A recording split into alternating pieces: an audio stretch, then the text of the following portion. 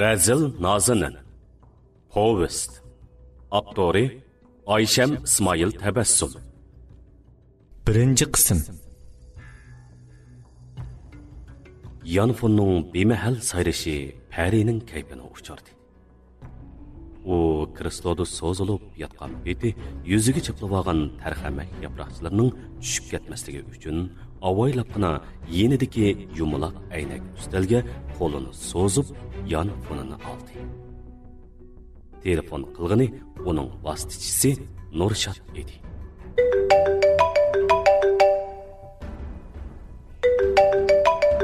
Vay, bu men. Bildim.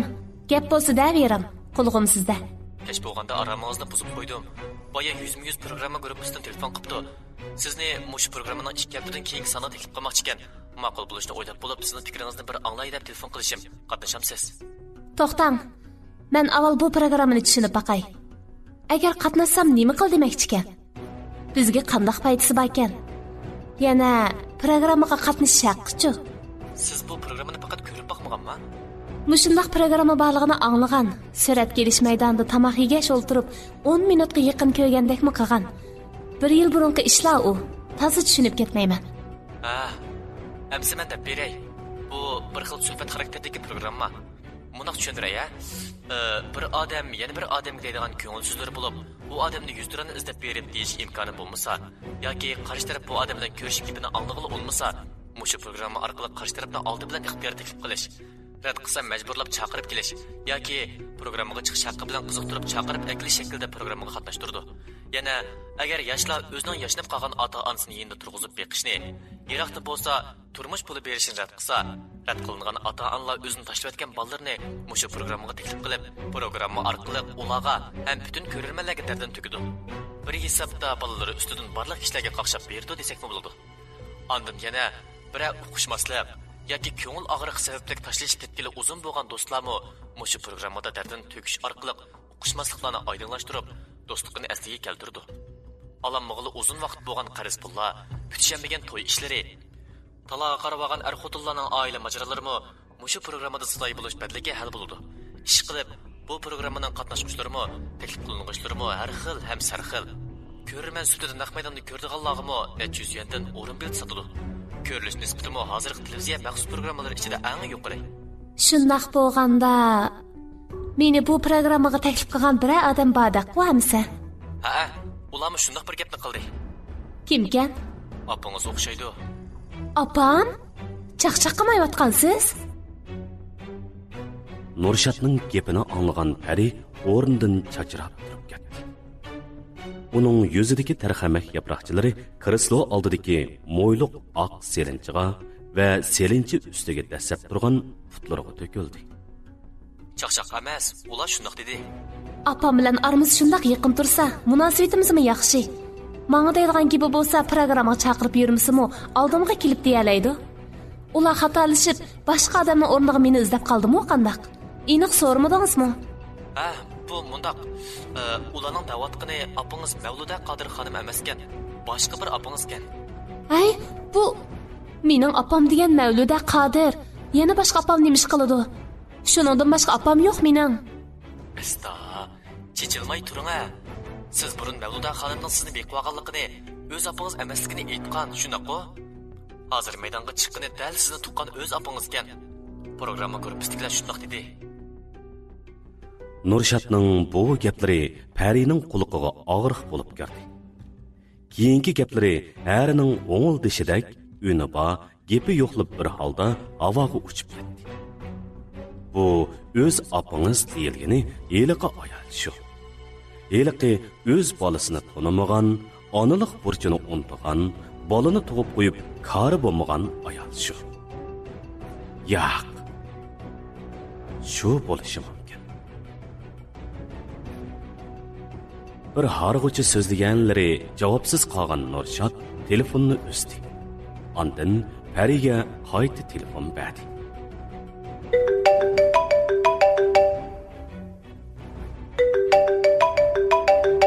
Gap qilmasam chimit yo'qib ketdingiz-ku. Bir ish bo'lmaganda? Yo'q, xiyol surib qoptiman. Kallam qaymoqib. Charchab qolgan o'xshaysiz. issiqda yuyunib, yaxshiroq aramasınız yaxshi bo'lib ketasiz. Shundaq qilaman. Lekin siz boy degan gaplar men o programma qatnashni rad qilsam bo'ladigandu. Rad qilsangiz-g'o bo'ladi.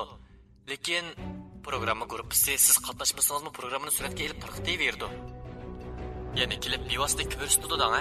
Siz qatnashmagan ahvol ostida shu apingiz sizga aloqador ishlarni programma bevosita tarqatish davomida o'zi o'tirib qo'yib, taklif bilan qatnashgan tahlilchilarning bahosi, fikri, o'ylaganlarini anglaydi. Riyosatchilarmi o'zining o'ylaganlarini deydi. Sizlarga aloqador butun ishlarni bu programmani naq maydonda ko'rgan ham televizordan ko'rgan barliq odamlar bilib ketadi degan gap. Siz naq maydonda bo'lmag'achqa ularni xohlagan so'zlashdan to'sib qololmaysiz. Qatnashsangiz u apangizning Apangız deyvermisiniz-chi? O mening apam emas. Mening apam Mavluda Qodir, bildingizmi? Bildim, kechiring. Gapga kelsam, agar programmaga qatnashsangiz, u ayolning programma bevosita tarqatish davomida siz to'g'riliq egiz-pas so'zlab yurishdan oldini og'ilib bo'ladi. Xato gap qilsa, sizingizga tegadigan, shaxsiy sirlaringizni ochadigan, yig'iringizga tegadigan gaplarni qilsa, naq maydonda radiya berib o'zingizni tushuntirish, talash tartish qilish, norozilik yoki boshqa talablaringizni o'tirib qo'yish huquqingiz bor. Meningcha qatnashsangiz, ko'p tarafdan foydasi bor. Programma gruppasi tarafdan programmaga qatnash haqqi talab qilamiz. Uning ustiga siz cho'lpon bo'lganligingiz uchun bu programmaning ko'rish nisbatini mo'jiz nuqtasiga ko'targili bo'ladi. Shun ulardan programmaga qatnash haqqini yuqori summa talab qilsaqmi, osonlikcha rad qilmaydi. Qimmat ko'sa maslahatlasak bo'ladi. Ammo siz qatnashmayman desangiz, ular o'zlari chaqlab programma o'rlashtirib-versa sizga foydasiz ahvollar kelib chiqishi mumkin. Undaqda u ayolning programmada menga deydigan qanday gaplar borligini bildingizmi? Yo'q, dexe. Buni oldin oshkorlamaydi. Faqat programma qatnashishni talab qiluvchining kimligi, kimni talab qilib suhbatlashmoqchi ekanligi, programma suratga ilinib televiziyada bevosita ko'rsatilgan vaqt qatorliqlarni oldin deb qo'ydi. Shu ayol bo'g'iniga qaraganda bizning oilaviy majralarimizni so'rab chiqadigandek turdi. Qatnashni rad qilish bilan birga men to'g'riliq programmada har qanday gap chiqmaslik sharti bilan cheklashib bag'il bo'lmasmi? Bo'lmaydi. Bu programma o'lik darajalik televiziya stansiyasi bevosita qo'llab tasdiqlagan ham yo'lga qo'ygan programma. Har qanday bir odam cheklash ib baramaydi. Bu programmaning yurgizilishi jamiyatga nisbatan kuchli tarbiyalash ham ko'rsatma orqali tahdid silishda vositalik rol o'ynag'achqa qonun tarafidan qo'yildi. Siz qatnashmasangiz bo'ldi, lekin boshqalarni qatnashmaysan deyish va yoki men to'g'riliq gap qilmaysan deyish huquqingiz bo'lmaydi. Unda qismi bo'lmasa, zot qanday qilish kerak? Odamning chavasini chitqib, xalqning oldida o'sal qiladigan qanday qamlashmagan programma bu? Necha yillardan beri jafoliq tirishib tikilgan inovatni dartikamoq atadigan ish bo'lib qolsa bo'lmaydi-da. Voy, anglayapsizsiz? Anglayapman. Men yaxshiroq o'ylashib baqsam, ularga keyinroq javob bersak qanday bo'lar? Ma'qul. Ularga menmi shunday deb qo'ydim. Bu ish televiziya teatri, e'lon yoki boshqa suratga elish ishlariga o'xshamag'achqa, oldi bilan sizning fikringizni elib, ondan javob berganligimni aytdim. Ammo vaqt bek so'zilib ketmasin. Bo'lmas ular o'zi xohlagancha o'rlashtirib qo'ydi. Ma'qul. Men yaxshiroq o'ylashib baqay. Atatigan uchurni qilay. Ma'qul. Suratga elish zalda ko'rishalamsa, yaxshiroq ha? Xo'sh. Telefonni ko'ngilsizlik qo'ygan Parining xayollari bolalikdagi aslimalarni agib, topgan dadasi va o'gay dadasini, tuqqan opasi va beqivogan opasini, o'zini shundaqla oz kam 30 yil jarayonida beshidan o'tkazganlarni o'z ichiga olgan qabohatlik bir kinoni ko'ngil ekraniga tashlab, uning zidalangan qalbini yangi boshdan tatalamoqda edi. Boyning balası tug'ilsa, to'y ustiga to'y. Namratning balası tug'ilsa, voy bo'ldi qo'y. To'y qilganiga 1,5 yil bo'lgan Luqman bilan Fatimaning qizi dunyoga ko'z ochgan kuni bu uyda xushal bo'ladigan bir odam chiqmadi. Luqman bolaning qiz ekanligini anglabla ta'tir qaragan peti taloqqa chiqib ketdi. Uning onasi bu keliningmi yarmas chiqib kelib, bu oilada hech kim qarshi olmaydigan qiz boladan birni tuqqanini kechirolmadi. Xuddi bolaning jinsini Fatima o'zi bekitib olgandek, qiz qilib yasab, ichiga tiqib olib, amdi tug'ib bergandek, hammasi uningga so'g'ib ko'zda qaradi. Oddisi muborak bo'lsin deb qo'yg'ilimi, bir kim chiqmadi. Luqmanning ilgari olgan ikki xotinining hammasi birdan ikkidan qiz tug'ib berib, Luqmandan iborat yolg'iz o'g'illik bu oiladagi chiriqni o'chirib qo'yay degan edi. Onaning nazarida qiz bola degan talaning odami. Yotliq bo'lib chiqib ketsa, berib xalqning uyini ko'kiltdi. O'zimi to'y qilib bu oilaga kirgandan beri o'z ota-onasini yo'qlab berish qilib yaradi-yu, jamiyatining e'tirof qilishiga erishib baxmadi. Hech kim uni aqllar qatorida ko'rmadi.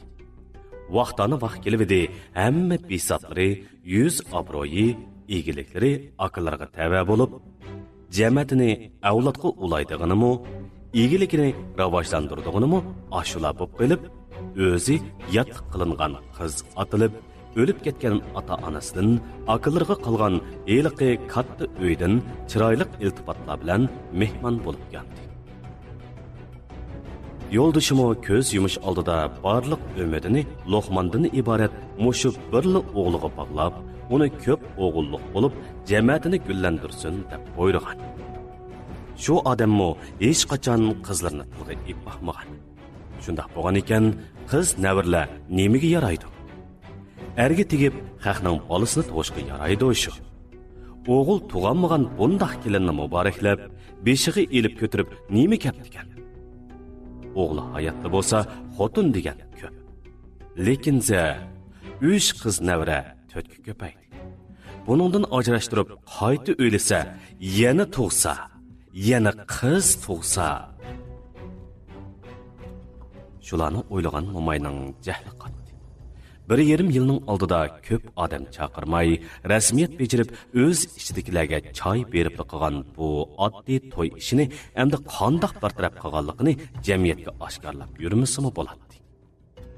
Shunga u kelini yangigan kunila uning qo'liga liq qilib pul chigilgan bir bo'pini tutqizdi. Bizning uyda qiznavarlar 7 kishi bor. O'g'il tug'amagan ayolning bu uyda o'rni bo'lmaydiganligini bilishingiz kerak. Luqman birli o'g'il. Shunga o'g'il farzandlik bo'lib, jamiyatimizni davomlashtirish kerak. Uni qaytadan o'ylamasam bo'lmaydi. Shundaq bo'lgan ekan, sizning bu uyda ib qilinmayman. Bola sizga qolsin. Bu pul bilan bir uy setib olib, ondan turmushingizni yaxshi o'rlashtirib olasizsiz.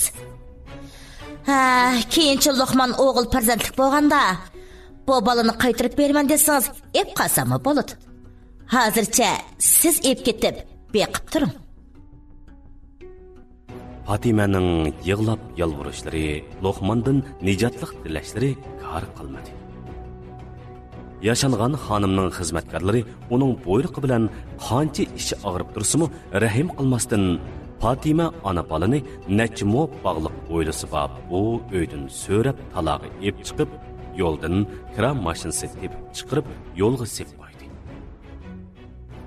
Shuningdan keyin Fatima bu uyga necha qitim keldi. Lekin uningga eshik ochadigan, olini so'raydigan, bir burda non sunadigan odam chiqmadi. Hatto qizining dadisi eri Luqmanmi qarasini ko'rsatmadi. Ulardan sado chiqmagandan keyin Fatima qizini ko'tarib, ojizlab ketgan tenini so'rab, tashkilni izlab bordi. Biroq kentdoshlar o'zlari saylab olgan kent mudiridan olgan javobi xalqdan topgan bolani u oilaga opirib, Luqmanning bolasi deb tug'ib bersangiz, haydab etmay qandoq qiladi? Siz avval bolaning o'z dadisini tepib keling. Arzingizni ondan so'raylik, deb yo'lga selvatdi. Amalsiz qolgan Fatima so'mkisiga bir kallak pulni selib, deganda qirqirab yig'lab, orom topmagan qizini ko'tirib, mudirib, yiqilib qopib, necha kun sarsanchilikda yurdi. O'zining jinini jon etalmay, tug'utidan odam yo'sinida qopolmay yurganda, qo'lidagi bola eg'ir keldi. O'z dadisiga, o'z momisiga kerak bo'lmagan bola uningga nemiga kerak? Qaynonasi bilan yo'ldishining qilganlarini o'ylasa, uning g'azabi tashadi. Qo'lidan kelsa, hammasini qiymi-chiymi qilib atkisi bor edi. Lekin hech nimaga imkoni yo'q ediki, qo'lidagi qizini beqib ketalishigami ko'zi yetmaydi. Uda necha kun o'ylanib, necha yuz qitim ishkilanib, tanqisliq orasida siqilib, kichikini qolgan Fatima oxiri qizining yig'isiga chidamadi. eri bilan qaynonasiga qo'shib bu balag'imi o'sh bo'ldi. Tish-tirnoqigacha o'sh bo'ldi. Shu damda qalbida kuchli bir razillik hukm surdi-da, atrofiga qarab qo'yib, oldi keyniga diqqat qilib mengib, yogakdagi kichikgina qiz bovoqni odam ancha ko'p bo'lmaydigan chat bir joydagi axlat to'ng'iga tashlab etib, oldirab tenab ketib qoldi.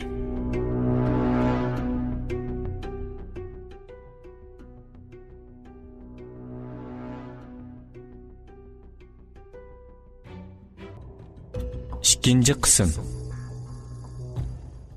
Qorong'u tushaydigan chog'. Kashki shafaq oxirgi nurlarni zaminga chechib etib, qaytishga oldirib turadi. Kechilik klubdagi o'yin tomoshalari uchun to'zdak yasinib uydan chiqqan Mavluda qorong'u tushishdan burun shaharning eliqaovat ko'chasiga berishi mumkin bo'lib qolsa, klubga kirishdan burun bir xaridor tepib, ip kelsa xaridor boshlagan joyga ketishi, xaridorning apog'ida yeri bo'lmasa, o'zining uyiga elib ketish kerak edi. Klub sirtidan xaridor tepilmay qolsa, klubga kirgandan keyinmi ishlar toza ko'ngildagidek bo'lmay qoladi. Yana kelib, klub ichidan xaridor tepib qolsa, klub boshqaruvchisiga choy puli topshirishga to'g'ri keladi-da, aran topgan xaridorning baho talishib turib bergan pulining bir qismi boshqaruvchining cho'ntagiga tushib ketadi. Xaridor matliq qilib bitishgan pulni oldin bersig'o tali. Ish tugaganda beraman deb turib qolsa, choy pulini o'z yenidan chiqarib turmay, yana amal yo'q. Texi oz-sondagi xaridorlar mutaham, yo'lsiz, jidalxo'r, tayoqchi chiqib qoladi. Bir kecha avar qilib, oli qo'ymaganning ustiga atigini pulimni ber deb bo'g'ichi urib, dastlab yuz ko'zni oli yeshil bo'yib etib, keyniga qarabmi qo'ymay ketib qoladiganlarmi chiqib qoladi.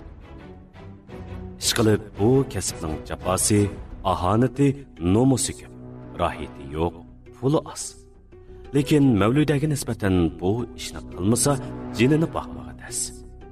U boshqa qizlardek oy yillab oshpuzlarda qochib yuyib, ko'ktat adalashni, qurilish o'rinlarida erlar bilan o'xshash qari ish qilishni, ko'chada yaymi yeyib, paypoq, palay setishni, axlatdan azki tuskilarni yig'ib setib, turmushini qamdashni xohlamaydi. Qari ish qilmasimi, ruhiy siqilish bilan nomus tuyg'usidan voz kechsa, kerak qiladiganlarning keyindan mengib tursa, oshqanmaydi. Makonsiz va yelin qolmaydi. Uning mushu xilda yashab kelganiga uzun bo'ldi. Turmushi hech kimga putlashmaydi. Boshqalar fahisha deb uni ko'zga ilmaydi. Ammo haqning ko'zga elishi uchun bu ishdan voz kechib, durust yo'lda mengivdi, uzoqqa bormaylar. Pulsiz, uysiz, hatto osh-nonsiz qoldi. Ko'zga ilmaganlarmi o'zining ishini qilib, o'zining yo'liga mengivdi. Hech kimmi uning oshqog'iniga, kiradigan chashqan to'shkimi yo'q, talada qog'iniga diqqat nazarini og'dirib qo'ymadi. Shundan keyin u yana shu yo'lga qaytib oldi. Atrofdagilarning nima deyishiga parvo qilmadi. Gerçi bu ishning mangulik bo'lmaydiganligini, amini qo'l uzib, durust yashimisi bo'lmaydiganligini bilib tursimi, qo'l uzmoqchi bo'lgan atsi atlarga ulashib mengayverib, bir kun o'tsa, bir kunga hisob bo'lib, turmush shu xilida davomlashaverdi. Uyi shaharning chetida bo'lsa-mu, ijorasi arzon, boshqalarning diqqatini tortmaydi deb mush yerda o'ltirishni tanlagan Mavluda o'rmonlik orasidagi chig'ir yo'lga o'xshab ketadigan bu tor ko'chadan oyiqining begizdak ushluq egiz fashillarini to'puluq yo'lga patirib, to'lg'inib dastlab ketyotdi. Yana 100 metrcha mangsa, ondan cho'ng yo'lga chiqadi hamda ko'cha avtobusiga o'ltirib, kechilik klub oldiga boradi. Cho'ng yo'lni nishonlab ketayotganda, tuyuqsiz yiqilli yerdan anglangan bovoq bolaning yig'isi uning diqqatini tortdi. Bu atrofda na bir oila, na bir magazin yo'q. Terilg'u yermi yo'q. Shundoq tursa, nadim paydo bo'lgan bola u. Birasining bolasi yo'ldan ezib qilib kelib qolganmidi ya? yaxjimo. Anglanayotgani quchoqdagi bolaning yig'isidek qiladi. Pamlishicha o'zi mengib kelalgudek bo'lgan bolaning ovozi mundoq bo'lmaydi. Anglagan siri uni so'rib besishga boshladi. U tar yo'pkisini sal ustiga ko'tarib, tezroq cho'ng yo'lga chiqib olish uchun qadamlarini teziltib, xuddi yugurgandek mangdi. Lekin qadamlarga agishib, yig'i ovozimi kuchayib, uning qo'rqinchini necha hasilab boradi. Yo'l bo'yidagi atrofida axlatlar chechilib yotgan axlat to'ng'ig'i yiqilib kelgan siri yig'i ovozi shu tarafdan kelgandek to'yilib, texim aniq anglanishga boshladi. Bu axlat to'ng'i hamisha mushundoq parakanda, qachonli qarsa vayrona. Atrofda tuzuk odam yo'qligi bilan hisoblashmay, kishilar erinmay nalardan axlatlarni akilib, mushu to'ng'i to'katdi. To'ng to'shib, axlatlar teshig'i to'kilib, tog'dak dövlanganda, nalardandir hukumatning ommaviy tozliq xodimlari kelib, traktorning ko'ziqig'i yig'ib, qachilab ep ketdi. Qachonlarda bekorlangani noaniq bo'lgan bu to'ng shu topdimi liqqada to'shib, atrofga sesiq puroq tarqatib turadi. Yiqillab dal uduliga kelganda ma'lum bo'ldiki, kichik bolaning yig'isi haqiqatan mushu to'ngdan kelyotdi. Mavludaning qadamlari to'ngning udulida to'xtab qoldi. Uni titrak besib, putlari joyiga mixlab qo'yilgandek harakatdan to'xtagan edi. Oldirab odam yo'lamaydigan bu chet mahallada qoranchiqsiz axlat to'ng'ida qorong'u tushay degan bu mahalda atrofda hech kim bo'lmagan ahvolda nadin kelgan bola u. Kallasiga shu xiyol kelish bilan tang u ixtiyorsiz to'ng'a yiqilashdi. Qalaymaqan chechilib yotgan axlatlarning sesiqchiligiga chidab turg'ili bo'lmaydi. Ammo bolaning yig'isiga bo'lgan qiziqish g'olib kelib, u axlat dövsining ustida turgan yo'gakka qo'lini uzatdi. Yiqilib qolgan yerda xeyli uzun behush yotgan Fatima to'ngib titrab ko'zini ochdi. Boshda ochliqdan mag'dursizlanib, ko'z oldi qorong'ulashib, yiqilganini ilg'a qoldi. Ko'zini ochganda bo'lsa, bu yerda qancha uzun yotganligini ilg'a qila olmadi. O'ng solini siypashtirib, aran tasdik kuchunib o'rnidan turganda, yenidagi somki ichidagi pul chigilgan kichik bopa, qo'liqidagi eng oxirgi bir jup oltin halqasi qatorliqlarning yo'qolganligini bildi. Qandaq insofsiz odamlardir u. O'shidan ketib, yiqilib qolgan bir bechora notvanni qutqizib olmoqda yo'q, yenida borini elib olib, texi u yetmagandek, qo'liqidaginimi sug'urib olgani nimasi? Bari yo'q mol-mulki shu emasmidi? Endi nima bilan tirikchilik qiladi? Erining uyiga qaytqilib bo'lmasa, opsi boshqa yurt tursa, yurtiga qaytish uchun yana pul kerak tursa, endi qanday qilish kerak? Beshining ichimi teshimi qatgan Fatima taqdirning tangsizligidan zorlanib, o'ngrab yig'ladi. Vafosiz erini, rahimsiz qiyni onasini, yo'qolgan narsalarni, ketay desa yo'lning yiroqligini o'ylab azoblandi. Tug'ilganiga necha kunlik bo'lgan, 20 kun avval o'zi axlat to'ng'iga tashlab etgan qizini o'ylaganida yuragi teximi puchilandi. Beshiga kelgan bu kunlarning hammasi shu bolasining qiz tug'ilib qolganligi uchun edi. Undaq bo'lmaganida kasalchanroq bo'lsa-mu, o'g'il tug'ilgan bo'lsa, ona bola ikkisi bu kamda erining esil uyida gülla va qimmat baholiq jihozlar bilan jabdulgan chiroyli hujrasida issiq to'shakda bo'lishi, necha xizmatkor atrofida parvona bo'lib xizmatini qilishi, yemayman desa zo'rlab yuguzib, eg'izdan chiqqanni talqilib berib, xonishni kutgandek kutishi, asrab, avaylab beqishi turg'anli gap edi. lekin hozir ish boshqa. Aşı balaning qiz bo'lib tug'ilgani uchunla u yangigan ashu kunala uydan qo'lab chiqardi. Qandoq degan tangsizlik bu, ha? Ammo u odamlar balani qizgan debla onasi bilan qo'shbaydi vatdi. Endi kelib ona bo'lgan o'zimi bag'rini yerib tug'ilgan, o'z onasini tunug'idekmi bo'lmagan, to'yib bir qitim sutini emib baxmagan bechora bolasini tashlavatdi. Axlat to'ng'i. To'g'ri. Axlat to'ng'iga tashlavatdi. Haqiqiy tashuraklik mana musha emasmi? U nima qildi? Nima qilib qo'ydi? Bolasini axlat to'ng'iga tashlavatganini qaytadan o'ylab, yuragi etishgan Fatima sarangdak varqiradi. Beşini qamallab, chechini yulib yig'ladi. Ming yerdan to'kilib turib zarladi. Atrofda uning holiga qarg'idak, ahvolini so'rg'idak hech kim yo'q edi. Qarong'i tushib o'tdi. Yana birdamdan keyin yo'lni ilg'i qilishmi taslashib qoladi. U pushaymon ilkida o'rtanganicha tasta o'rnidan turdi va yo'l bo'ylab yurib mengib ko'ziga chiliqqanligi axlat to'nlarning hammasini aqtirib bolasini istab chiqdi.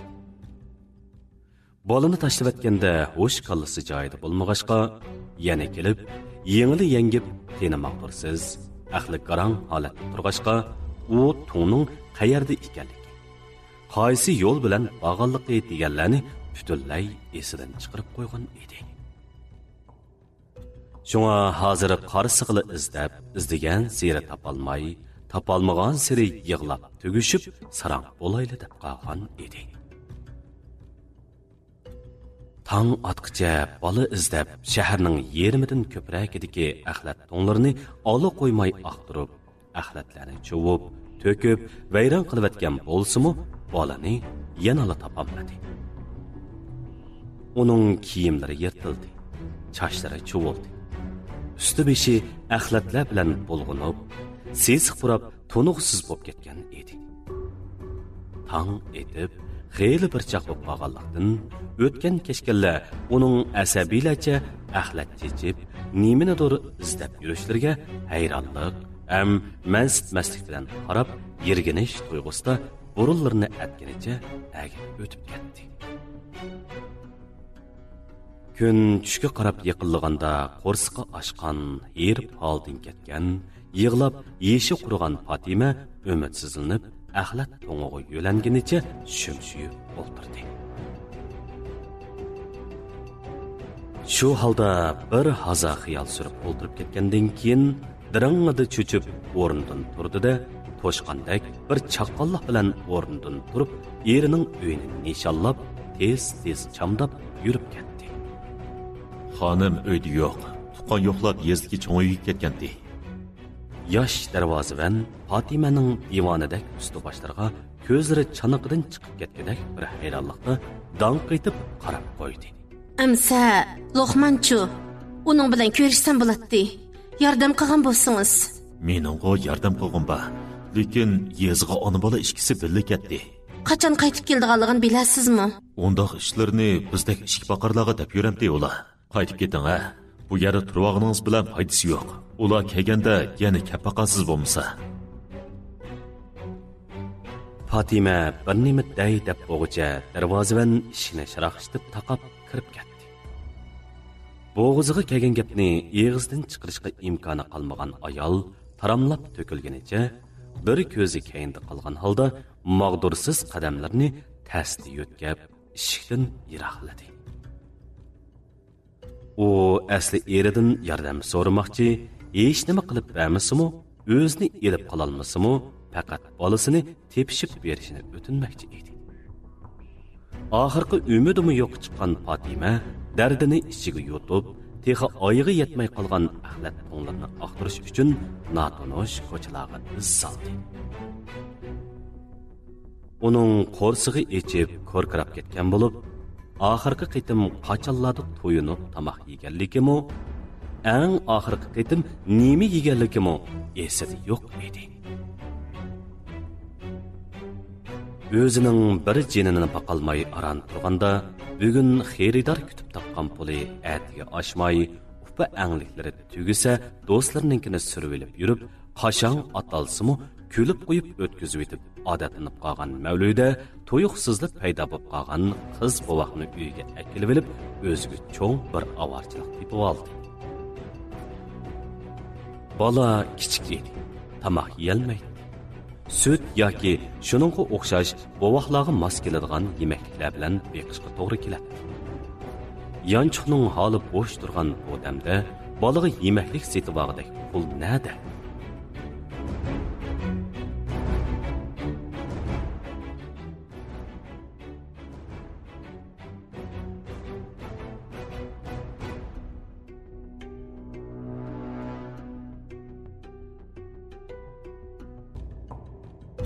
Üçüncü qism. Bolani tepib olib uyiga qaytirib kelgan kuni Mavluda kechilik klubga bora olmadi. Xeridorni topolmadi. Yiligicha bolani izlab birazga qola degan umid bilan ko'zini eshikdan uzmay, yerim kechigacha kutgan bo'lsa-mu, hech nimaning qarasi ko'rinmadi. Quruq so'g'li gurish tashlab, etildirib qayntib etilgan sho'g gurishni ichib, qo'rsig'i to'ygan bovoq bir tatliq pushuldab uyquga ketdi. Mavluda taladan xabar kutib, texicha uyqusiz edi. Әтсі өгінімі шу тәрізді өтті. Еш қандақ бір адам балы іздеп бұл тірәпләге аяқ бесіп саммағандың кейін тұрмыш бесімі вә қорқыныш арасында дәккі-дүкіді қалған Мавлюда балыны еліп өзі тұрышлық районның тәшкеліге беріп, мәхәлі мудириға балыны тепіп алған ішіні етті. Мәхәлі мудири Мавлюданың келіп чықшыны, нәді тұрдығалығыны, nemi ish qiladiganligini bir-bir so'rab bilgandan keyin uningga mansitmaslik nazar bilan qarab dimog'ini qaqdi. Sizlardek bundoq kasb bilan shug'ullanadigan ayollarni biz yaxshi bilamiz. Erlarning to'plash tangisiga qo'l bo'lib, bir-ikki yetib qo'ygan bilanla qo'sqonlarga undirib olib, dadis qildiganni qilib, bolni tepib qo'yib ketsa, egi bo'ldigan odam topamaganda tug'ib akilib, tepib oldim degan atoq bilan bizga chiroyliqini tutqizib qo'yib ketib qoldingizlar. Biz bunda qo'lqishlarga to'la dasat tajriba bo'lib ketgan. Topalsangiz bolaning dadisini oldimga boshlab keling. Rasmiy tinglarni o'tab to'yinglarni qilib qo'yaylik. Bo'lmasa bizni avar qilmay, bolangizni ep keting. Hukumat sizlarga o'xshash jamiyat tartibini qalamqon qilib, harang-sarang yuradiganlarni tuzab olmay avara. Sizlar texi jamiyatni qalamqon qilib, oqibatni yig'ishtira olmay, yana bizni izlab avara. Balını tuqqan adam qandaq beqishni o'ylashib qo'yg'iliq. Bu yerda vaqtimni olmay qaytib keling. Mavludaning qancha tushundirganlari, ota-onasini shepi keltirib, va'dalanib berganlari kor qilmadi. Oxiri uningga gap to'shtalmagan mahalla mudiri amonlik saqlovchilarni chaqirib kirib, uni qo'g'lab chiqarg'isi vatdi. Tepivag'in balani yaxshi ko'ngli bilan 2-3 kun beqib turgani bilanla mundaq avarchilikqa, qo'rsoq ko'pikiga qilishni o'ylabmi baxmagan Mavluda tarlab, erib ichib uyiga keldi va quchig'ida bir tatliq uxlab yotgan balani karvatiga yotqizib, o'zi girim ayniga oldiga keldi. Ras, u bugun necha vaqtdan beri xeridor kutgili mangandiki qiyniq girim qiladigan odatini unutib, so'ygan piyozdek sidam peti bolani ko'tarib ishikdan chiqib ketibdi. Odatda necha qat girim bilan pardozlanib turaverishga ko'nib qolgan chiroyi mana bugun girimsiz holatda necha yil kasal tatgandek tatirib, rangida qon didori qolmabdi. Quchog'idagi bola bilan bu turqining uni mudirga yengili tug'utdan turgandek ko'rsatib qo'yg'ini o'xshamamdi. Shunga mudir uningga bolani o'zing tug'ib bizga tepib oldim deb ep keldingmi? degan ekanda. Ochiqdan yerilgudek bo'lgan Mavluda pang'ada yig'labatdi. Uning yig'isidan cho'chigan bovoqmi o'yg'unib, qarqirab yig'lashga boshladi. U tipchaklab, qarqirab yig'layotgan bolaga qarag'anicha bir hasa yig'ladi. Na bolani baslamadi, na o'zi yig'idan to'xtamadi. Qandaqli o'ylasa, yo'qolang bir avarchilikqa petib qilib, qayerdan kelib qolgani aniq bo'lmagan bir bolaga ona bo'lib qolganiga ichi pushardi. Bu bolani 3 kundan beri hech kim izlamaganiga qaraganda onasi boqqili qurbatim yetmaydi deb o'ylab tashlab ketgandek qiladi. Rost emasmi? Ehtiyotsizlikdan yutirib qo'ygan bo'lsa, har qancha bo'lsa-mu axlat to'ngidan tepilmasdi. Ko'chalarda, yo'l bo'yida, poyezd stansiyasi, avtobus bekiti, ko'ktat bozori yoki bog'chida yutirib qo'ygan mavludami bolani shundoqroq yerlardan tepib olgan, u tepib olmagan taqdirdami boshqa birlarga shu yerlarda uchirgan bo'ladi. Bola o'zi manganmasa, axlat to'ng'iga yamishib chiqalishidan so'z ochqalib bo'lmasa, aniqla onasi yoki qandaqdir bir kimlar tarafidan axlat dövisining cho'qqisida yotqizib qo'yilgani shu. Bola bek kichik, hatto iyig'imi to'shmagan taqiladi. Shuningdan qaraganda tug'ilibla tashlab ketgan gap. Shularni tahlil qilib, tegiga yetgan mavludaning beshi parrada qaydi. Mahalla mudiri bolaning tepib elinganiga ishonmasa, bolani ep qilishni xohlamasa, texi uningga haqdan topgan bolangizni tug'ib, bizga akilib bermay, o'zingiz akitib beqing davassa. Bu bolaning ota-onasi texi izlab kelib ep ketmasa, qarab turibla uningga zalla tushgani bo'lmaynimi? Mushu yeshigicha birnimi tug'ib boqmay turib, bir bolaga ona bo'lib qelish qandoq ahvol amdi? Bola beqib baxmagan, kunlari upa aqlik, volbul chiroqlar va naqshi musiqalar orasida aysh ishrat qilib o'tgan erkin aynoq bir ayol kichkina bir buvoqni qandoq boqadi. Elimi bu 3 kunda shunchalik tasdi baqdi. Soatlab qaynayotgan shov gurishni oz-ozdan chaynab, o'mashda qilib, ondan qo'shiqqa elib bolaga ichirdi. Shuni yutolmagan bola deganda tükürüp etib, onu yetkicha jila qildi. Emitay desa, tug'magan odamning ko'ksidan sut chiqmasa, kola suti yoki sut parashugi elib ichiray desa, puli bo'lmasa, endi qandoq qilmoq?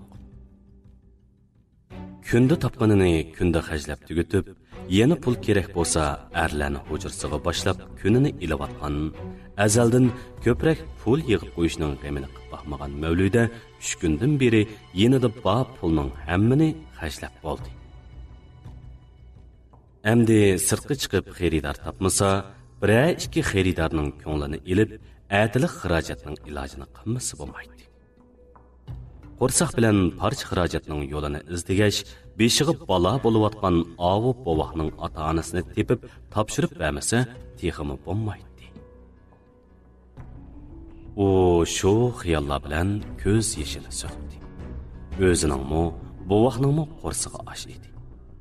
Yana shovgirish qayintish qo'shaqmasimi, ko'ngli yaxshiroq g'izalnishni xohlab tursa-mu, yanchuqning holini o'ylashib, yanala aplab-saplab turishni loyiq topdi va tushda yuyuqsiz peti qolgan qozon qo'mishlarni yuyib, kichkina qozoniga suv qo'yib, o't yoqdi.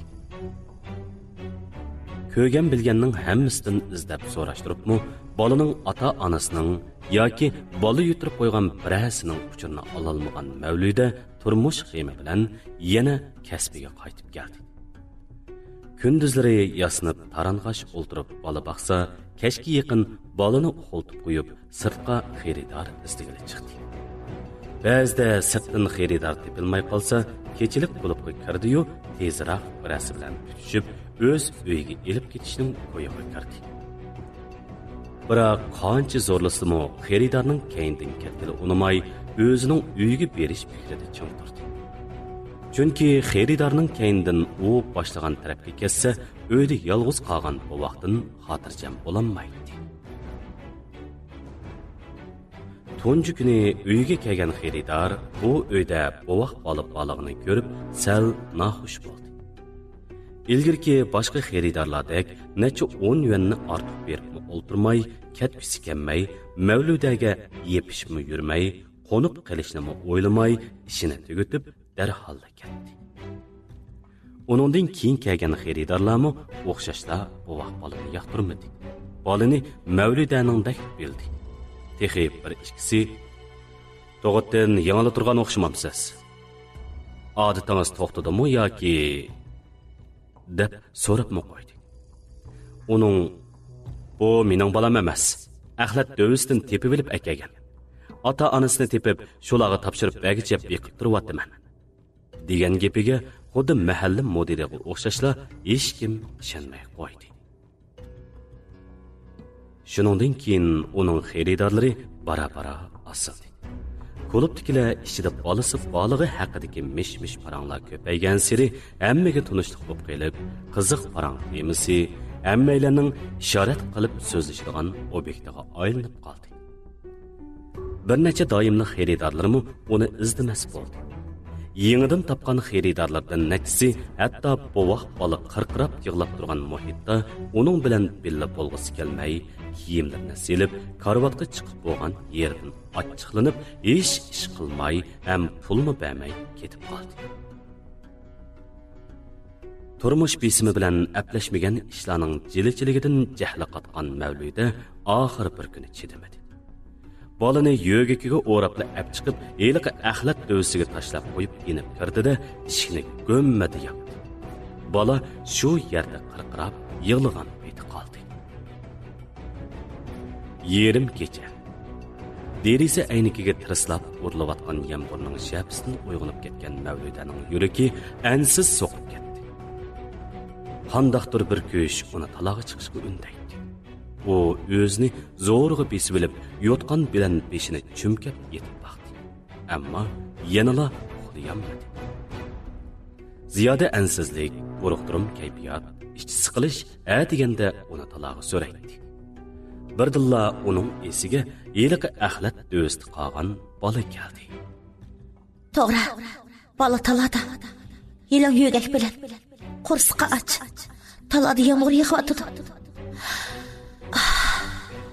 Biraz ip ketganmidi? Yoki texcha shu yerda turganmidi? Shularni xiyolidan o'tkazgan Mavluda oldirab yepinchisini kiydi. Nagidir tiqib qo'ygan kulligini tepib, echib eshikdan chiqdi-da, qisqa tutqushliq kulligini beshiga tutib, sutdak oydinda sapmi kashni paqildatqanicha xeyli kuchayib qolgan yomg'irga qaramay, axlat to'ng'u yugurdi. Bala helimi shu yerda bo'lib, yomg'irning sharqirashga aylanib ketgili turgan ovozi ichidami, balaning yig'lagan ovozi aniq anglanib turadi. Xeylidan beri yig'layotgan bo'lsa kerak, uni putib qolayli degan edi. Balaning mushu holda yomg'irda qolganini bilgan Mavludaning yuragi echishib, qilgan ishidan minglarcha afsuslandi. U ushqandek yugurib kelib, ko'ldan süzgandek o'l bo'lib ketgan balani quchoqlab ko'tirib, ko'llik ostiga oldi. Balaning yo'yikidan sarqagan suv uning putlariga tamchilashga boshladi. To'nglab titrab ketgan bala tinimsiz tipchaklaydi. Mavluda balaning yo'yikini almashtirib, issiq o'ringa yotgandan keyin uning yig'isi pasayib, asta-asta yiqiq tashqa tushdi. Va bara-bara mangziga qon yugurib, pushuldabgina uyquga ketdi. Ayol o'tmay ikki mangzi qizirib, nafsi tezlashib qoldi. Kiyimlarini almashtirib, chechini quritib bo'lib, endi yetib qolay deb turgan Mavluda balaning ahvoliga diqqat qildi va qo'lini uning peshonasiga tekkizib beqib, cho'chib ketdi. Uning qizitmasi o'rlab, cho'g' tengib qo'ygandek bo'lib qolgan.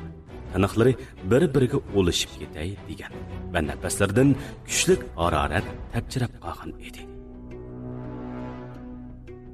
Bu yerim kechida nadin doktor topadi. Doktor topsimi kasal ko'rsatgidek, dori og'idak pul nada? Uning beshi qatdi. Darhol lungining muzdek suvi chilab, balaning peshonasiga qo'ydi.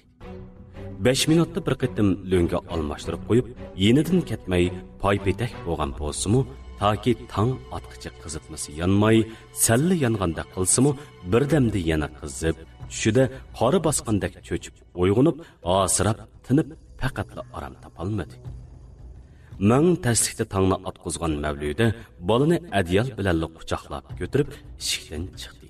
Va udul kechilik klubga kelib, klub boshqaruvchisidan qarz so'radi.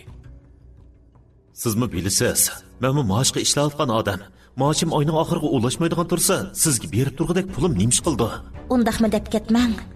ish qilib hal kuningiz mendan yaxshi sizning.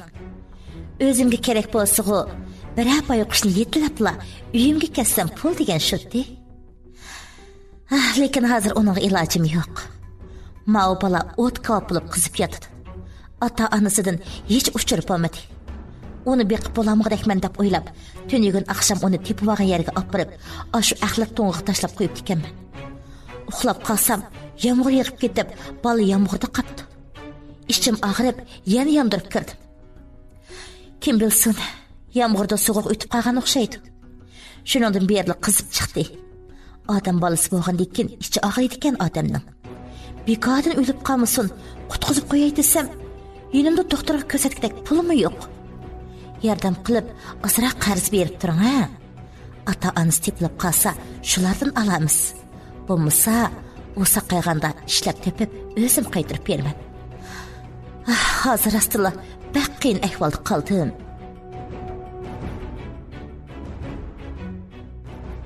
To'rtinchi qism. Klub boshqaruvchi uning bir buvoq bola tepib olib, uyiga elib ketganligi haqidagi gaplarni boshqalardan anglagan. So'zliguvchilar yana uni kim biladi, o'zi mehmon kutib berib, bo'yida qilib, dadasining kim ekanligini bilmaydigan bolani tug'ib, tepib oldim deb beqovatamdi, tixi. Deyishgan edi. Biroq Mavluda bu klubga har kuni degudak kelib ketib yuradigan bo'g'ashqa u hech qachon bu ayolni qo'sig'i yo'g'inigan holatda ko'rib baxmagan. Ammo bugun haqiqatan kichkina bir bo'voqni ko'tarib kelib, axlat to'g'idan tepib oldim devatgan ekan. Demak, boshqalarning uni tug'di degani yolg'on. Tepib olgani rost bo'lib chiqqan edi. O'zi tunigandan beri ipitini setib topgan pul bilan turmushni qamdab kelgan, aya nomus deganlarni allaqachon unutib ketgan bu ayolning amdilikda xeyli kishilarning qo'lidan kelmaydigan xayrixohlik bilan egisiz bir buvoqni beqib olib, og'rib qolsa chiroyini sarg'aytib, uni davolatqili qarz so'rab kelishi bu odamning ichini og'irtib qo'ydi va qoyilligini qo'zg'adi. U ko'p tortishib turmayla yenidan 100 yuanlik puldan birini chiqarib Mavludaga uzatdi. "Mang, eling, qaytirib hamsizim bo'ldi. Meningmi baldirim ba, insonchilikda bu baliq qilgan kichkina yordamim bo'lib qola." Kirpikiga eslab qolgan yoshlari chanaqidan tashayla deb olgan Mavluda pulni elib ching'ida siqim dedi va uningga qayt rahmat aytib, bolani ching quchoqlagan peti tez chamdab uzab ketdi. Qaynonasining ishiga oldidan to'liq qo'g'ilib harmagan Fatima atdiganda yana shu yerga o'ndi. Lekin qaytib kelganligi ma'lum bo'lgan qaynonasi bilan eri uningga qarisini ko'rsatmadi. Bu qitim u jidallashib, yo'lsizlik qilish, yana hech kimning kori bo'lmasa, shu yerda vaqirab-jaqirab odam yig'ib, ko'pchilik fikri orqali ularni majburlab uydan so'rab chiqishni ko'ngliga pukib kelgan edi. Afsuski, gapning beshi chiqa-chiqmasdala darvoza ichidan ikki qo'g'dug'uchi yopirilib chiqib, uni tatibla akirib, bir mashinaga chiqargandan keyin burniga qonsiq puraydigan bir lo'ngini puratgandek qilibla eg'iz bilan qo'shib ching'ida tutib oldi. Uninggacha mashina qo'zg'algandek qildi. Beshi qayg'andek, ko'z oldi qorong'ulashgandekmi qildi. Shuningdan keyingi ishlarni u aslayolmadi. Ko'zini ochganda o'zini notunish bir yerda, notunish bir uyda, azaldan ko'rib baxmagan, ham to'limi kona uy jabduqlari orasida necha yeriga yamoq silingan, sesiq ter puraydigan eski yotqanning ichida ko'rdi. Uning ko'zini ochganini ko'rgan 40 yoshlar chamasidagi bir uni xotin deb chaqirib, piyolada choy akilib, uningga ichirishga tamshaldi. U bu odamni azaldan ko'rib baxmagan, hatto ezib-tezib bir qitim tushigimi kirib baxmagan edi. Fatima leviga tegay deb qolgan piyolani zarb bilan ittirib etib, ustidagi yotganni ulang'ida cho'rib etibla yerga tushdi. Biroq mag'dursiz putlarini yo'tkab menishqa qurbi yetmadi. Beshi chinqilib og'rib, joyida o'ltirib qoldi. Eliqi odam aldirab kelib uni quchoqlab yo'ladi. U hech gapdan hech gap yo'qla o'zini quchoqlayotgan bu odamning qo'lidan qutulish uchun xeyli kuchinib baqdi. Lekin kuchi yetmadi. Eliqi odam uni dast ko'tarib karbatga elib, tarib puraydigan yotqan bilan puxtalab yo'gidi. Ondan yerga tushib cheqilgan piyolaning sunuqlarini ko'nrab tugayli deb qolgan supurgi bilan yig'ib ilvatgandan keyin boshqa bir piyolaga choy qo'yib yana ep keldi. Shuningdan keyingi kunlar Fatima uchun qarshilashish, varqirash, jarqirash va o'zini qo'yib berishni o'tinib yig'lash bilan o'tdi. Biroq heliqi odamning uning holiga ichi og'ribmi qo'ymadi. Uni tamoq yeyishga, o'z bilan uxlashga majburlash, uyga solinib, kun bo'yi yeb, ichib yetish, Fatimaga ko'z quloq bo'lib, uydan talog'i chiqmaslik uning kundalik odatiga aylanib ketgan edi.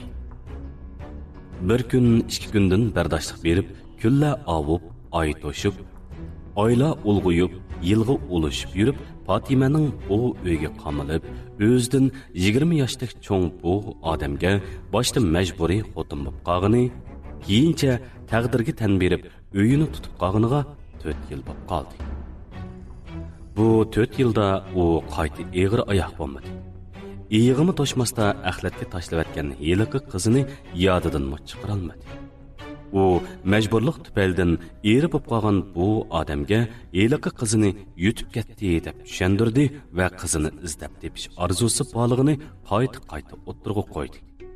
Biroq bu odam ma'qulla deb qo'ydi-yu, bu 4 yildan beri bolani izlab bekishni maqsad qilib, yo eshikdan chiqib bir qadam olmadi, yo Fatimani sirtqa chiqib izdigala qo'ymadi. Uning qarashicha Fatima bu eshikdan chiqib ketsa, hargizmi qaytib kelmaydi.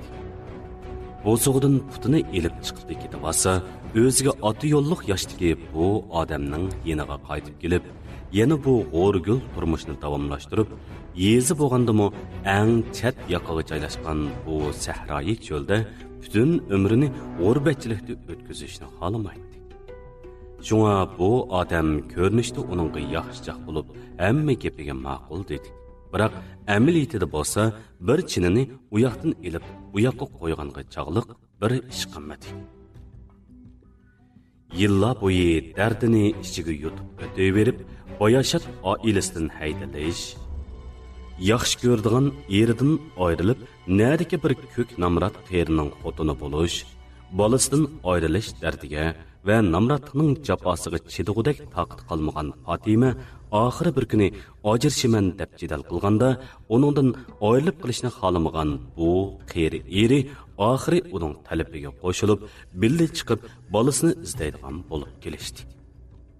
Bola izlash safarini albatta burunqi boy erining yurtidan boshlashga to'g'ri keladi.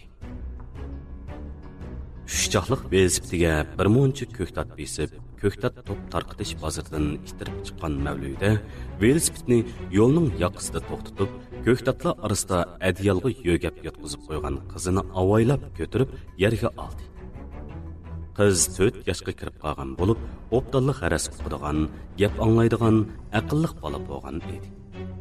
U so'lyav xaltiga o'rab, somkasiga silib olgan 2 dona mo'mi bilan bir tal tuxumni elib, qizning qo'liga tutqizib, ondan adiyalni yo'lning tosh qirig'iga silib, qizni adiyal ustida o'ltirg'izib qo'ydi. Mavludaning mana shunday yashab kelganiga 4 yil bo'ldi. Bu yillarda u burunqidek qaytib yasinish, yarashtirib qaynoq kirim qilish, badani ko'rinib qog'ili tasli qolgan tar, nepiz, kalti ko'ysay, moda kiyimlarni kiyishdan qoldi.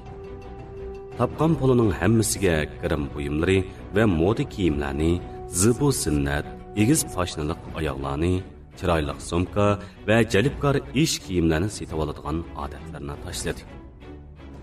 Eng muhimi, u bu yillarda erlar bilan bo'ladigan tan sodisidan iborat to'yiq yo'ldan qaytdi.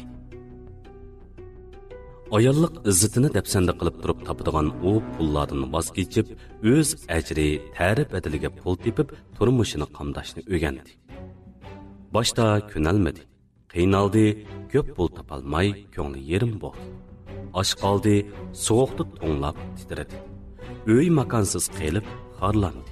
Biroq yanala bardoshlik berib, o'z kuchiga tayanishning huzurini his qilganda bo'lsa, cheksiz baxt ilkida rohatlandi. Uning tijorat bilan shug'ullanib qilishini yanala heriqi axlat dövstin tepib olgan, ota-onasini topqilib bo'lmagan qiz bovoq sababchi bo'lgan edi. Bola og'rib qilib, qizitmasi tushmagan heriqi kuni Mavluda klub boshquruvchisi bergan pul bilan bolani doktorxonaga elib berib, doktorga ko'rsatdi. Ona turib bolangizga ko'ngil bo'lishni bilmabsiz. Qizib qolsa daral epkanmay mushchaq so'rab yuribsiz. Bu mening bolam emas. Axlat dövstin tepib olgan. Ota-onasining kimligini bilmayman. Mavludaning gapiga hatto doktormi ishonmadi va o'zini oqlash uchun shundoq da'votidu deb tushunib qoldi. Her halda balaga doğru kesip berib, biri amallarını qilib, qizitmasini tushirdi. Shuningdan keyingi bir mezgil Mavluda uchun izchil bu balaga ona bo'lib qelish degan gaplarga hech kimni ishondira olmaslik, bakrak ta'kidlasa, sovuq nazarda qaragan yot ko'zlarning ayiblashlariga uchrash bilan o'tdi. Uning turibli kulgisi keladi. Tepivağın yeridan içi ağırıp qilib, birə axşam qarab turuş maqsadida uyga yandırıb kirgan bilalla bu boladan qutulalmaydiganligini, yana kelib bolaga ona bo'lib qoladiganligini u faqatli o'ylab baxmagan edi. Bolani beqib turib, heliqi kasbni davomlashtirish mumkin bo'lmagandan u bovoqni tashlab etish qaroriga keldi. Birinci qitim tepivağın yerga apırıp tashlab qo'yganda yağmur yig'ib ketgani sababli yana qaytirib kelishga majbur bo'ldi. İkinci qitim yana shu axlat dövstin itlarning qavog'an ovozdan cho'chib ketib, itga yem bo'lib ketishidan ansirab qaytirib keldi. Üçüncü qitim bu yerdan xeyli yiroq bir yerga apırıp tashlab qo'yibdi, kishilar bayqab qilib, bolani elib Mavludaning kaynidan qo'g'lab kelib, uni bir munch tillab posqaytib etgandan keyin bovoqni qo'liga tutqizib qo'yib ketib qilishdi. Uningdan keyingi qitim texmi yiroq, odam bormaydigan bir joyga apirib, yo'l ustida qo'yib qo'ydi. Ammo ketish uchun 20 qadam mengibla yana bolaga tortishib, qadamlari ilgari bosmadi. Yurikining bir yerlardan bolani bu yerga tashlab qo'ya olmaydiganligi ayon bo'lganida o'zini tutib ololmay o'ngrab yig'lab ketdi. Oxiri uni tashlab etish xiyolidan voz kechib, uyga qaytirib ketdi va beqivilishni xohlaydigan odam izlab beqish qaroriga keldi. Agar bu vaqtni bola qilib beqivilishni xohlaydigan birasi uchursa, necha vaqtdan beri tatgan jafolarning hammani unutib ketib, boqadiganlarga xushallik bilan tutqizib qo'yishni o'ylab, necha kun, necha oyni o'tkazdi. Bu jarayonda o'z ota-onasining kelib, bolaning iz dergini qilishini shunchalik cho'nqur orzu qilib turdi. Biroq taqdir uning bilan qiyishqandek, yo o'z ota-onasi, yo beqib oladigan birasi tepilmadi. Bola sababli kasbini davomlashtirishga amalsiz qolgan Mavluda o'ltirayotgan uyining ijorasini to'lay olmay, bolani elib tashlandiq xumdanning ichida turishga majbur bo'ldi. Uning hozirgi ahvolini biladiganlar qarz berib turg'ulimi unimadi. Turmush muhtojligida hech iloji qolmagan Mavluda oxiri burunqi kiyim-kechak va oyoqlarini ko'chalarga elib chiqib, arzon bahoda setib, bir mezgil turmushini qamdidi. Ammo bu yaxshi chora emas edi. Sotadigan narsalar tugasa, qo'rsoq yana ichiveradi. Yozda tashlandiq ko'ni xumdanning ichida yotqilib bo'lgan bilan, qish kelsa bu yerda jon saqlash mumkin bo'lmay qoladi. U shu xiyollar bilan qaymoqib, bolani ko'tarib, ko'chama-ko'cha aylanib yurib, yo'l bo'ylarida kichik yog'liqning ustiga gulaqoq, quruq uzum, o'rik mevasi, olqa, o'zuk, kichik qutuluq atir va boshqa har xil narsalarni yeyib setib o'ltirganlarni ko'rdi. Shuningdan keyin u ashu odamlarni to'rab, jon jahli bilan tirishdi. Tejab yiqqan ozg'ina puliga ko'ktat bozordan top bahoda ko'ktat setib olib chiqib, zavod korxonalarning ishiga oldiga opirib, ozroqdan foyda qo'shib setib yurib, oxiri tijoratning yo'liga kirib oldi hamda bu ishdan o'ptallanib ko'rdi. Ishlar bora-bora yaxshilanib ketdi. Tushlik oramdagi qisqagina tamoq vaqtida avval ko'ktat bozoriga berib ko'ktat setib olib, ondan uyiga berib tamoq etib, uningdan keyin yana xizmatga ulgurib bo'lolmaydigan ayollar ishiga oldiga kelgan ko'ktatlar bilan o'zining ehtiyojini qamdab, uning savdosini yurishtirib turdi. 1 yil, 2 yil, ana shundoq davomlashib, keyingi yili uning chiroyli ham ozodi ijara uyi, ko'ktat qo'shib sotadigan 3 joqliq velosipedi, eng muhimi uning yolg'izligini bilindirmaydigan, kech-kunduz hamroh bo'lib, chuchuk tillari bilan uni opa deb chaqiradigan qizi bor bo'ldi. Mavluda qiziga Farida deb ism qo'yib, asrab avaylab baqdi. Yetimlik, yolg'izlik, qaqinda so'qinda bo'lib, bechorlarcha yashaganlarning dardini mushu bola unutildirib, uning hayotiga o'zgacha zo'q ato qildi. U mushu bolaning borligi sababidan nomusliq pul tepish yo'lidan qaytib, odamdek yashashni, ayollik izzatini qaytadan tiklashni o'rgandi. 5-qism. Turmushda tenini setishdan boshqa tirikchilik yo'li borligini, tirishsala hamma ishni qilib bo'ladiganligini, ikki qo'li va aql parasitiga tayinib, o'z ajri mehnatida topgan pul bilan kechirgan turmushning to'limi rohat, xotirjam ham sherim bo'ladiganligini tushunib yetdi. Shuningdan boshlab u butunlay boshqacha bir odam bo'ldi.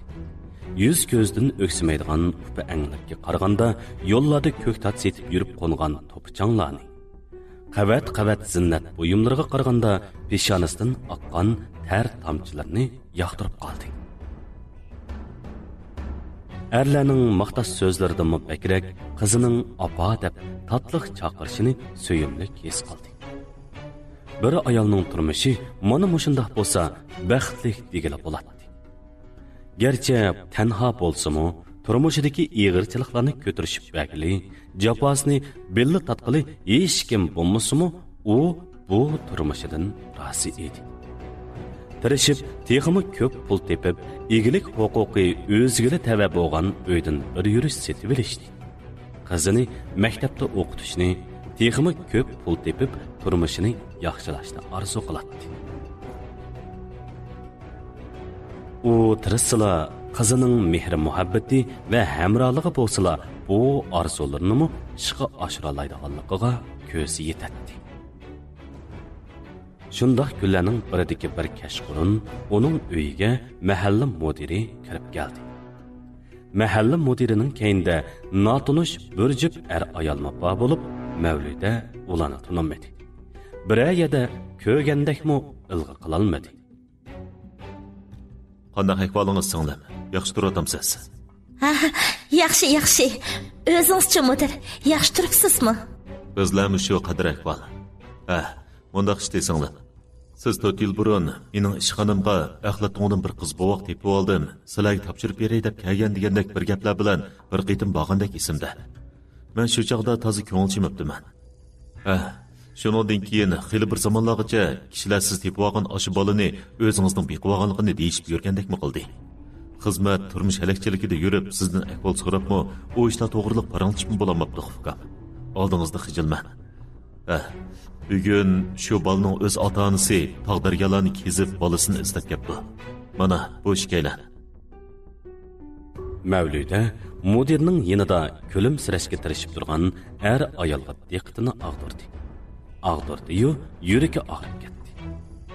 U yillardan beri iz deriga bo'lmagan bu odamlarning endi bo'lganda osmondan tushgandek paydo bo'lib qolganiga zodili ishonolmayotdi. Mudirning keyin nimalarni deganligini u bilmadi. Boladan ayrilib qolish andishisi uning aqlini ep bo'lgan edi. U yenidagilarga so'sli qarab qo'yib, sinch ko'zlarini mudirga tikdi. Unda qish yo'q mudir. O balani men o'zim tuqqan. Turmushim jafoliq, pulim yo'q bo'lg'achqa, beqib pulishimga ko'zim yetmay, shuni sizlarga berib yetay deb ep bo'lgan. O kuni o'zingizmi ko'rdingiz? Yolg'onni qilmashtirolmay, nech qizirib tatirib. Voy bo'ldi. Yolg'onni tex hozir aytibsiz. Yolg'iz jiningizga sizga oson emas. Bolani o'z ota-onasiga topshirib berib, sizmi ozoda turmush kechiring. Biz uyingizga kelishdan avval hamma ahvolni aniq surishtirib oydinlashtirdik. Siz hozir beqiyotgan ayliq Farida degan qiz dal bu ishkalarning bolasi ekan. Bu xonim aytib bergan bolasini yutirib qo'ygan ahvol bilan eliq kuni siz mening ishxonamga bola ko'tarib berib, o'tirib qo'ygan ahvol o'pma o'xshash chiqdi. Bolaning o'z ota-onasi bola dardida u yoqda sakpar yurib, siz bu yoqda boshqalarning bolasini boqaman deb jafo tortib, g'o'rgil turmushda yashab nimkapti. Mahalla mudirining chekitda qodilib turib degan bu gaplari begiz bo'lib Mavludaning yuragiga botdi. Ayni chog'dagi ahvol bilan bu ayol aytgan ahvollar o'xshash chiqqan bo'lsa, u bolaning onasi bo'lishi mumkin. Ammo 4 yildan beri bolam deb beqib kelgan amroq qizini ular etkazsa, u qandoq qiladi? Izdab so'rab kelganiga qaraganda to'liq bilan surishtirib, qarorini pishirib bo'lib, ondan bolani etkazgani kelganda qoladi. Endi qandoq qilish kerak? Bermay desa, nima huquqi bilan ep qiladi? Beribday desa, uningga ko'nib qolgan onalik qalbi qandoq chidar? Mutahamlik qilib bermayli turvasiz. Bulardan qutulg'ili bo'larmi? Bo'pti deb bolani ularga bersa qandoq? Bermasa yana qandoq? Shularni o'ylab, ko'ngilda bir patman davolg'ush alanglab olgan Mavluda bu yillarda Faridani elib Iroqlarga ketmay, yanala mushu mahallada o'ltiraqlashib qolganiga o'kindi. Bir mezgil eski xumdanda turgandimi, ularni hech kim izlab qo'ymagan. Bosh elib yaqi yurtlarga ketgan bo'lsa-mu, yana hech kim izlab topolmaydi. Yashab ko'ngan yerim debla mushiyada turaverganning pushaymini mana endi uni amroq qizidan ayrilib qilish girdobiga qistab turadi. Mahalla mudiri Mavludaga yinadagi er ayolni tanishtirib, bolaning o'z ota-onasi bilan birga yashasa yaxshi bo'ladiganligini tushuntirib atgan shu paytda Mavludaning ko'zlaridan yosh agdi. O'zini avval qidimmo bek bechora qari yetimdek sezdi. U bolaning ota-onasini bu kunlargacha xabari bo'lmagandan keyin, buningdan keyinmi xabari bo'lmaydi deb o'ylagan edi. Bolaga ichakishib qolgan bu mezgilda u bugünkidek bir kunning keladiganligini o'ylabmi baxmagan edi. Fatima Mavludaning ko'zlarida lig'irlab qolgan yosh, chiroyda aks etib turgan qiyalmaslik va azob qiyalmaslikni ko'rdi. U bu ayol 4 yil baqqalligini pesh qilib, bolani qaytirib bergili unmay turib olarmi degan andishida sakbari edi. U asta kelib Mavludaning qo'lini tutdi. Baş gözünüzden ayılnay cinim singlim, qo'yma mehrlik chiroyli qizkansiz. Bu yillarda bechora bolamni beqvog'iningizdan bekli minnatdarman. U chaqda kam aqlli qilib, bolani axlat to'ng'iga tashlab qo'yib ketib qoptiman. Esimga kelib izlab bag'inimda uni topolmadim. Shahar ichki sirtidan izlamagan yerim qolmadi, lekin hech yerdan topolmadim. Men uni o'lib ketganmidi deb o'ylagan. Shuncha izlabmi topolmagandan keyin o'lib ketgan o'xshaydi deb o'ylagan edim. Shundoq o'ylab turib yana umidim uzilmadi. Tuyg'um uni hayotdek, dunyoning qaysidir bir yerida men nafas ilayotgan havodan nafas ilib yashayotgandek, meni kutayotgandek his qildiradi. Shunga uni izlash irodamdan izchil voz kechmagan edim. Bu yoqqa yo'lga chiqadigan chaqdimi, endi bo'lsam kechikmadim deb o'ylagan edim. Ishonsangiz, bu necha yilda o'ngimdimi, tushundimmi uni o'yladim, seg'indim. Hamon bir kun yenimga qaytib kelishini orzu qildim. Ta'limga uni siz beqiyapsiz. Rahmat sizga. Ko'pdan ko'p rahmat. Birdilla Mavludaning jahli qotdi. Shuncha kichik bolani o'z qo'li bilan tashlab etganligini e'tirof qilgan bu ayolning bolaning o'z onasi ekanligidan gumon qildi va uning qo'lini silkib etdi. Odishib qoldingizmi qandaq? Men sizning bolangizni beqiyamadim. U degan o'zimning bolasi. Kutilmaganda qursoq ko'tarib qilib, dadasi bolani e'tirof qilg'ili unimay, tushirib etay desa mumkin bo'lmaganlikdan amal yo'q tuqqan. Keyin xalqlarga oshkor qiladigan chaqda to'y qilmay turib bola tug'ibdi degan ataqqa qilib, yuzimga sat bo'lishdan ansirab uni tepib oldim degan edim. Bola mening, uni sizga bermayman. Sizning aqlib to'g'ri tashlatgan u bolangiz o'lib ketmagan bo'lsa, balkim hayotdir. Bu yerda vaqtingizni isrof qilmay, chiqib yana istab yiqing. Mavludaning mundaq deyishini kutmagan Fatima tatirib ketdi. U yaproqdek titrab, yomg'irdak to'kilgan holda Mavludaning qo'liga hayt yepishdi. Undaq demang singlim. Men boshqalardan ham mudirdan balaning uchirini egallaganda, sizga oid ishlarning hammani to'liq so'radim. Siz to'y qilib baxmabsiz, ham azaldan biror kishi bilan birga turib, muhabbat munosabatingizni e'tirof qilib baxmabsiz. Yana kelib azaldan qo'saq ko'tirib baxmabsiz. Bala degan 10 oyga yaqin qo'saq ko'tirib, ochiq to'lg'aq yeb tug'digan narsa. Qo'saqmi ko'tirmay, doktorxonaga bormay qanday tug'dingiz? Balani baqqan bu yillarda onunğa mehringiz tushib qolganligini to'g'ri tushunaman. Lekin men degan balaning o'z onasi. Uni qaytarib ketish huquqim bor. Siz buni Undaq qadam nemishqa tashlab etgan? O'zining hojisidan chiqolmaydigan, yuziga qo'ngan chivinnimi o'rkatkudek iqtidori yo'q mushtumchilik balani nemish aqlab tövsiga tashlab etgan? O'z onasi ekanligingiz shu chaqda esingizda yo'qmidi? Mavluda pang'ida yig'ilgan peti Fatimaning gapini tatib olib, shundoq dedi. İki ayolning echinishlik yig'isi yonda turgan ikki erning yuragini asdi. Ular kimga nima deb tasalli berishni bilolmay turgan shu daqiqada ochiq turgan eshikdan apa deb chaqirganicha o'yinchoq iyiqining bir putidan so'rab kichik Farida kirib keldi. Qiz to'limi o'maq bo'lib, budruqni yuzlari, ikki bo'g'ilgan tapkush sochlari, kichkina lavlari, yo'g'on, qop-qora bir jup ko'zi va levining ikki tarafida birdan jilmayib turgan, chimdib ilib olgandek bir jup ziniqi bahma chiroyli edi. Fatima qizni ko'rish bilan tang ixtiyorsiz beribli uni quchqog'iga elib, quchoqlab, so'yib, yedlab, teximi to'kilib yig'lab ketdi. Bu holni ko'rib, Mavludaning yuragi pastga tortilgandek bo'ldi. U yugurib kelib, balani bu ayolning qo'lidan tortib olmoqchi bo'ldi. Lekin nemishqikin putlari joyiga maxilnib qolgandek qamir qila olmadi. Shu paytning o'zida Mavluda baladan ayrilib qoladiganligini to'liq famlab qo'ygan edi. U levini tishlaganicha tinsiz yig'lab turaverdi. Fatimaning quchog'idagi kichik Farida nima ish bo'lganligini bilmaydi. Oradagi ishlarni bilgudak, dabbasi tushangidek yoshda emas edi. U Mavludaning yig'lig'ini ko'rib, o'zini tutib ololmay yig'lab ketdi, ham yulqinib tipirlab Fatimaning quchog'idan chiqmoqchi bo'ldi. Uning to'xtamay yig'lab, Mavludaga qo'lini so'zib, "Apa" deb chaqirishlari Fatimaning ko'nglini yerim qilgan bo'lsa-mu, bolaning royiga berib, uni qo'yibdi. Bola Fatimaning quchog'idan chiqibla Mavludaga o'zini otdi va quchog'ini kangri yeyib, zo'ngziyib o'ltirgan opasini ching'ida quchoqlab, o'ksib yig'lab ketdi. Bir maydon azobliq yig'izardan keyin ayollar pastgo'yga tushib, masalani tinch hal qilishning ko'yiga kirishdi. Mahalla mudiri bir hazal tasalli berib, ularning kayfiyatini turaqlashtirdi. Mavluda singlimiz balni tepib o'lib kelgandan keyin o'z bolasida ko'rib, kuyinib boqdi. Bu yillarda shu balni boqaman deb tatib ketgan jafosimi oz emas. Lekin bundaq tapla balni o'z ota-onasidan ayirib, bu yerda ep qolsaqmi yaxshi bo'lmaydi. Nima degan bilan ular balaning o'z ota-onasi. Toshmi tushgan yerda ezizlab, bola deganni o'z ota-onasi boqqani hammadan afzal. Uning ustiga Mavluda singlim, siz texi yosh, bunchadek bir qiz bola o'zingiz. Tex talaloq bo'lib, bir erning peshini tutmadingiz. Bu balni davomliq boqaman desangiz, keyingi ishlaringizga putli qachon bo'lib qoldi. Balasi bor ayollarning yotliq bo'lmoqi bizga tas. Buni o'zingizmi tushunasiz?